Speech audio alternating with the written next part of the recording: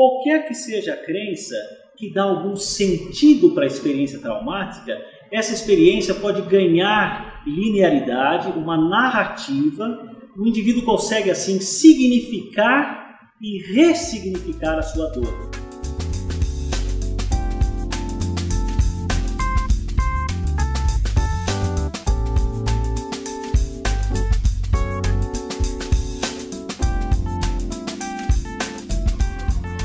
A espiritualidade pode ser integrada à psicoterapia, respeitando, em primeiro lugar, a crença do paciente.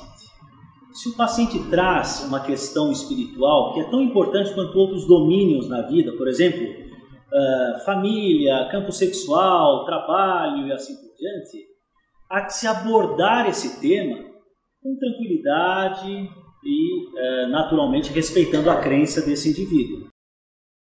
Apenas 44% da população brasileira não acredita em reencarnação. Portanto, há que se abordar no set terapêutico, na psicoterapia, essa crença nos pacientes que naturalmente consideram a hipótese da reencarnação, para que essas forças intrínsecas sejam mobilizadas num processo de autorresolução de conflitos. Por exemplo, diante da sua crença, qual seria o maior desafio ou o maior aprendizado que você teria a superar, considerando a sua crença? Você pode me falar um pouco mais a respeito? E assim por diante. O terapeuta vai puxando aos poucos essas forças intrínsecas, o próprio recurso interno do paciente, para que ele possa dar margens de superação à dificuldade, ao sofrimento que ele traz como queixa à psicoterapia. O trauma psicológico envolve ausência de processamento. São fragmentos caóticos, sensoriais, dores, emoções dispersas.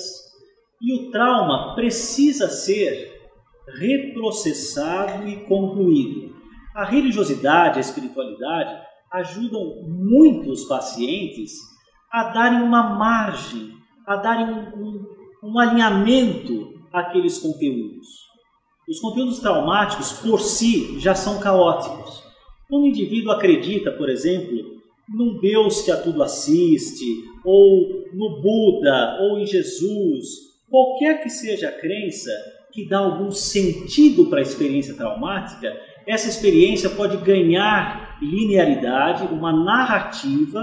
O indivíduo consegue, assim, significar e ressignificar a sua dor. Portanto, a espiritualidade tem ajudado muitas pessoas nessa direção de atribuir significado.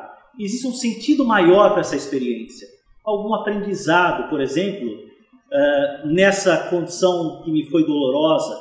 E quando há uma aliança de aprendizado em relação à dor, o paciente pode, assim, por via da espiritualidade, da religiosidade, entre outras vias, superar ou atenuar a sua dor.